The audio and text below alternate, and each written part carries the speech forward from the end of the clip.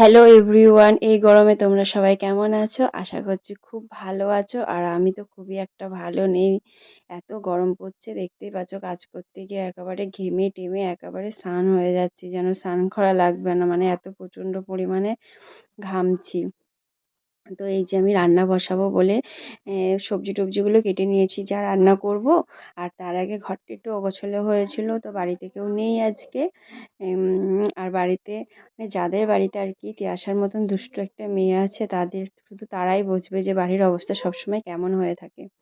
তো সেইগুলো একটু ঠিকঠাক করে নিয়ে আমারও যা টুকটাক গোছানো ছিল, ভাবছি যে সেগুলো একদম মানে পরিষ্কার পরিচ্ছন্ন করে তারপরে রান্নাটা বসাবো, নয়তো বা রান্না করতে গেলে দেরি হয়ে যাবে।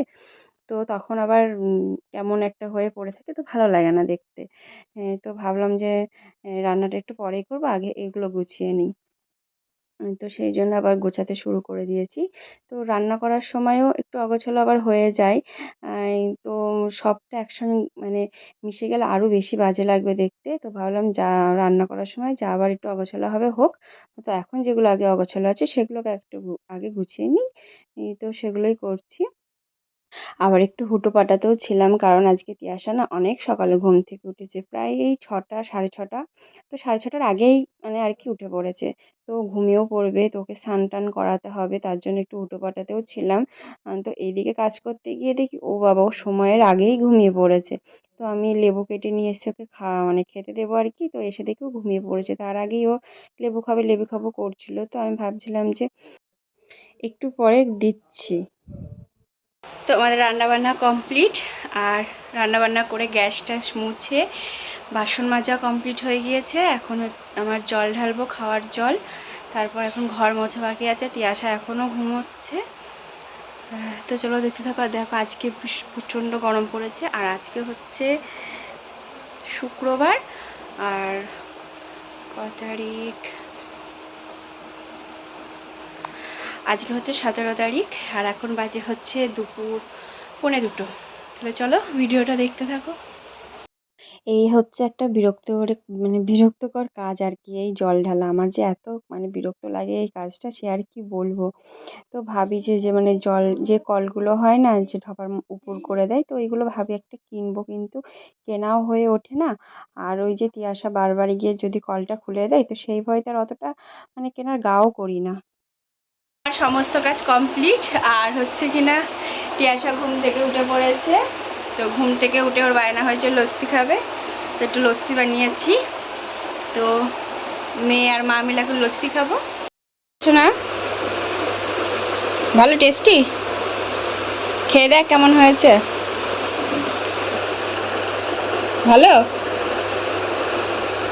তো তিয়াসা যখন উঠেছে তখন প্রায় 2:30 বাজে। তারপর ওই যে উঠে বললো যে আমি একটু লস্যি খাবো।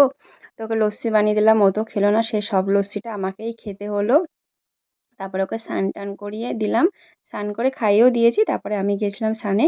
তো এখন বাজে প্রায় 4টে 4:30। তো এই মানে এই বেলাটা স্নান করলে না বেশ ভালো লাগে, শরীরটা একটু ফ্রেশ ফ্রেশ লাগে। আর সকালের দিকে একবার স্নান করে নিতাম, তো পরে আবার বিকেলে গা ধুতাম, কিন্তু তার ফলে কী হতো, ওই যে ঠান্ডা লেগে যেত। তো আজকে ভাবলাম যে আমার সমস্ত যা কাজ আছে সব কমপ্লিট করে তারপরে আমি একেবারে বিকেলের দিকেই স্নান করব। তো আজকে সেই মতন মানে যেমন ভেবেছি তো সেরকমই করেছি। তো এখন ওই যে বললাম 4টে 4:30 বাজে, তো এখন আমার সমস্ত কাজ কমপ্লিট। এবার আমি যাব মানে তিয়াসাকে রেডি করিয়ে নিয়ে, তো তিয়াসাকে নিয়ে যাবো একটু মাঠে খেলা করার জন্য। আম ও সারাদিন বাড়ির ভেতরেই থাকে, ও সেরকম খেলার একটা সঙ্গী কাউকে পায় না। তো ওই বিকেলবেলাটা হলে একটু আমাদের এখানে একটা মাঠ আছে, তো এই মাঠের দিকে নিয়ে যাই, তো ওখানে কতগুলো ছেলেপিলে সবাই আসে। তো তাদের সাথে খেলাধুলা করে। এম তো যাওয়ার আগে এই যে বালিশ-টালিশ, তারপর জামাকাপড়, তারপর আমার ওই যে আচার করেছিলাম কদিন আগে, তো সেই আচারটা রোদে দিয়েছিলাম, তো সেইগুলো তুলে গোছগাছ করে দিয়ে তারপরে যাব। ওই যে বললাম বাড়িতে কেউ নেই বলতে আমার শাশুড়ি নেই, তো আমার বাড়িতে তো শুধু শাশুড়ি আর আমি, তাছাড়া কোনো সদস্য নেই। তো উনি থাকলে আমার এত চাপ থাকে না। আ সেই জন্য এই সমস্ত গুছিয়ে তারপরে আমাকে বেরোতে হবে। তো এই দেখো তোমাদের আচারটা একবার দেখিয়ে দিলাম, খেতে কিন্তু বেশ ভালোই হয়েছিল।